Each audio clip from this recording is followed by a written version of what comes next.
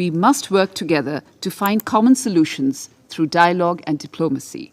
Choosing peace, cooperation and multilateralism is essential for building our collective future.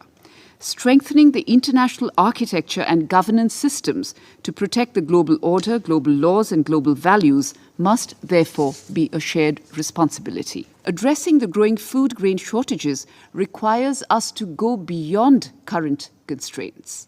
As far as India is concerned, we are fully committed to playing our part in addressing contemporary global challenges as reflected in our membership of the Champions Group of the Global Crisis Response Group. India supports the efforts of the UN Secretary-General in continuing the Black Sea Grain Initiative and hopes for an early resolution to the present impasse. Recent developments in this matter have not helped in securing the larger cause of peace and stability. India has always been proactive in assisting our partners in times of distress.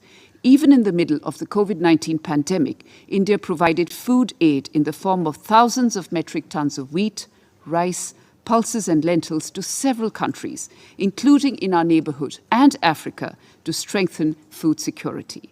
In view of the deteriorating humanitarian situation in Afghanistan, India commenced the donation of 50,000 metric tons of wheat to the people of Afghanistan.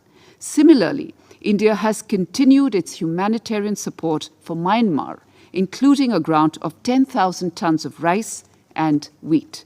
We've also assisted Sri Lanka, including with food assistance during its difficult times. All these were in keeping with our foreign policy priority of neighborhood first and our firm belief in the abiding ethos of Vasudhaiv Kutumbakam, where India sees the world as one large interconnected family. Leveraging our presidency of the G20, Madam President, India has advocated for greater efforts to accelerate the achievement of the SDGs, including SDG 2, calling for zero hunger.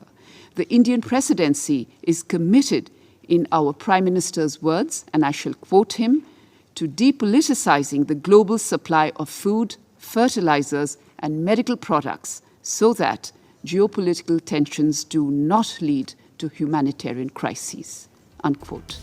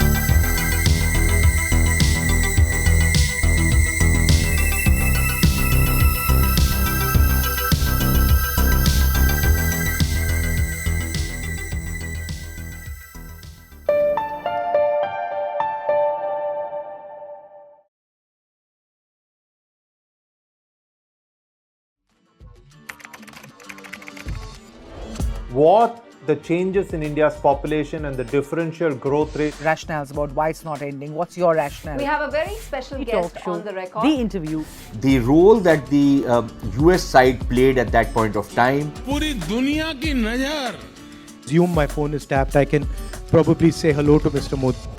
आपके भारत पर है. Pakistan has a unique negotiating style. The rising confidence of India under Prime Minister Narendra Modi. Communist China is the greatest threat. There will come a day that we will see far more radical extremist. I'm still a little perplexed by why we. Your daily dose of news from India and across the world. Cutting edge views and analysis. Tune into HT videos. Click on the bell icon to subscribe.